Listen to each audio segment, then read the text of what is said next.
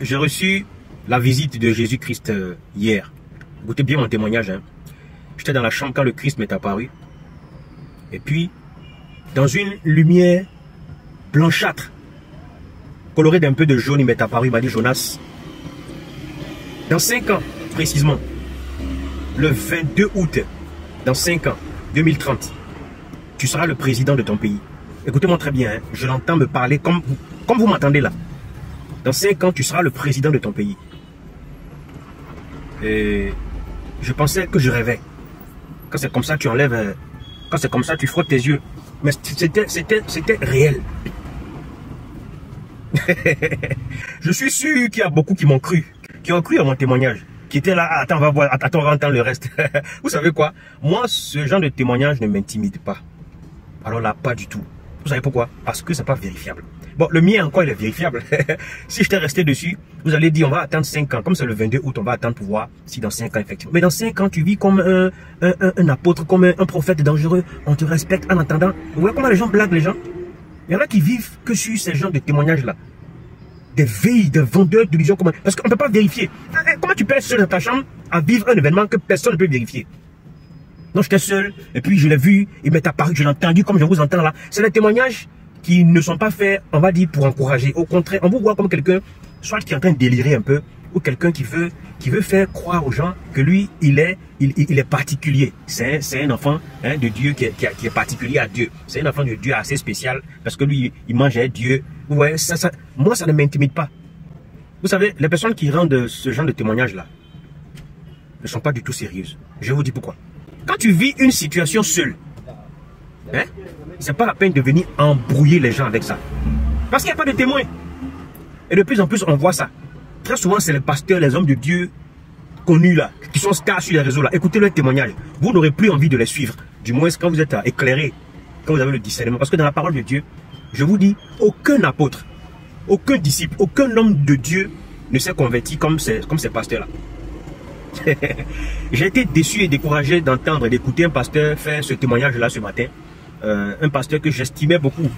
Bon, juste de l'estime, à cause de sa manière de prêcher, à cause aussi de la manière dont il a organisé son église. Très bon communicateur. J'avais beaucoup d'estime pour lui parce que j'aime les gens qui font bien les choses. En passant, je voudrais remercier, encourager les disciples, les frères et sœurs de l'église du Christ international de Côte d'Ivoire qui ont fêté leurs 35 ans hier. Très belle fête. Quand c'est bien, il faut dire c'est bien. Elle n'est pas parfaite. Et j'aime bien le dire. Elle n'est pas parfaite. D'ailleurs, aucune église parfaite. Aucune institution humaine n'est parfaite. Donc, revenons sur le sujet. J'ai été déçu.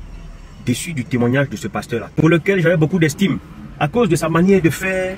Et la manière dont il a organisé son église faisait en sorte que j'avais de l'attention pour lui. Surtout ses messages. Sur certains thèmes, bien sûr. Puisqu'il y a des thèmes qu'il défendait que je n'acceptais pas vraiment. Que je n'acceptais pas forcément. Et donc, j'ai écouté son témoignage hier, j'étais un peu déçu, je me disais, il y a des gens qui l'écoutent et qui croient en ça.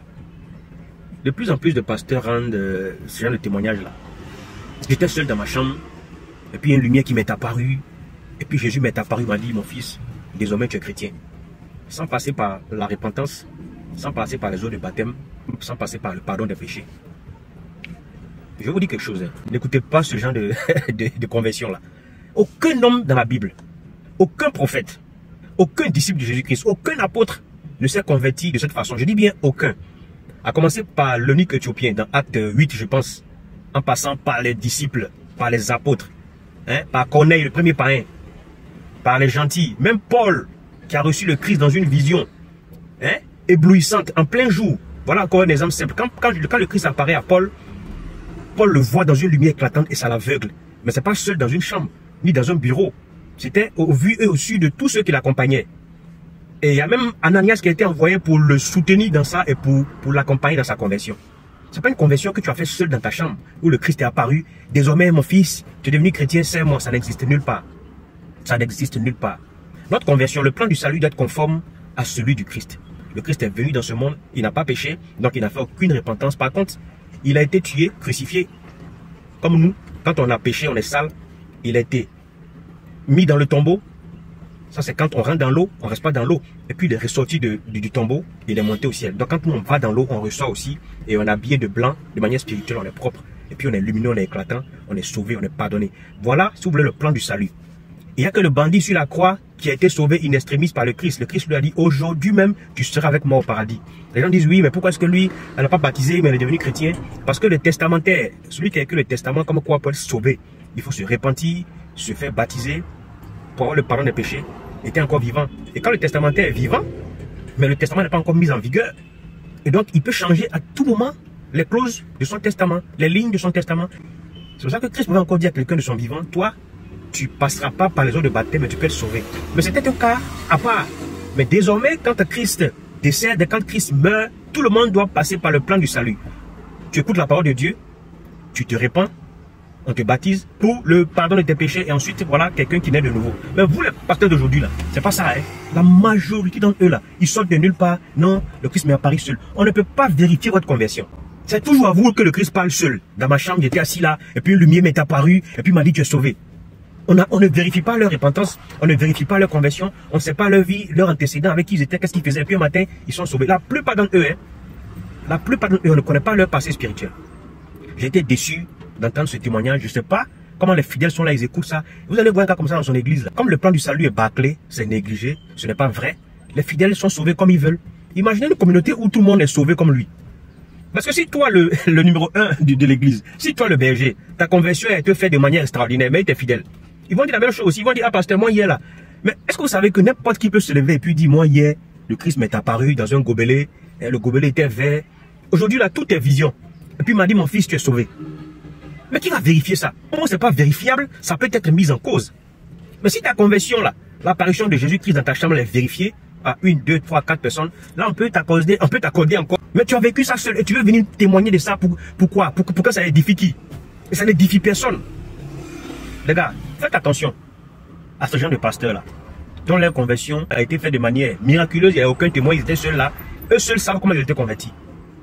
Faites très attention. Je finis par vous conseiller ce livre-là que j'ai écrit par rapport à l'église, comment reconnaître une bonne église, comment en tant que pasteur on peut entretenir une communauté, mettre en pratique certains principes de la Bible pour pouvoir diriger sa communauté. Je suis aussi en train d'écrire un livre sur la stérilité.